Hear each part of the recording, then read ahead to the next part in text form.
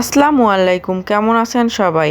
আজকে মই তোমাগুলো দেখাম আমার রংপুর বা উত্তরাঞ্চলের বড় মাছ কিভাবে রান্না করে। তা অন্য অন্য জায়গাত কিন্তু মাছ ভাজি রান্না করে, বড় মাছ একেবারে মসমস করে ভাজিয়ে তারপরে পেঁয়াজ মরিচত ভুনায়। কিন্তু হামা বড় মাছ কিভাবে রান্না করি সেটাই তোমাগুলো আজকে দেখাম।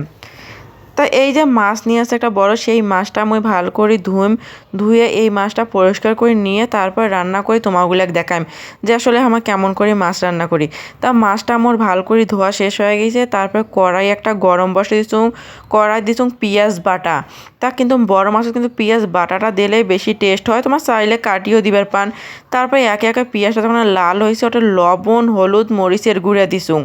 তারপর লবণ হলুদ মরিচের গুঁড়ো দিয়ে ভালো করে মশলাটা কিছুক্ষণ ভাজিয়ে নিম বা কষে নিম। তা মশলা কিন্তু কষা হয়ে গেলে অটোমেটিক এই যে তেল ছাড়বে সেটা দেখেই বোঝা যাচ্ছে। তারপরে মাছগুলো আটেকোনা দিম। তা মাছগুলো দিয়ে তারপরে মুই আবার কষে নিম। তারপরে এই যে মাছগুলো মুই সবগুলো দিয়ে ভালো করে আবার কষাইম।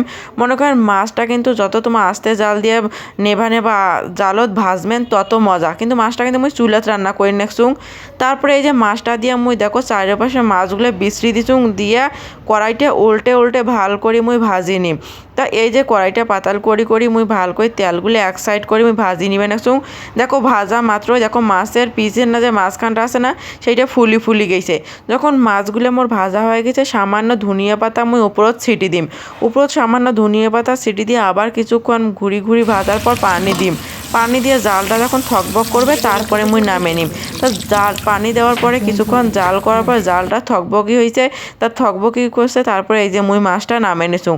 তারপরে এই যে দেখো কেমন করে মাছটা কি কালার হয়েছে। আর এইভাবে মাছটা রান্না করলে খাইতেও টেস্ট লাগে, টাটকা টাটকা মাছ। এইভাবে একবার রান্না করে খেয়া দেখেন, যায় কোনোদিনও খান নাই তারও কিন্তু খাইতে ভালো লাগবে, একবার খেয়া দেখেন।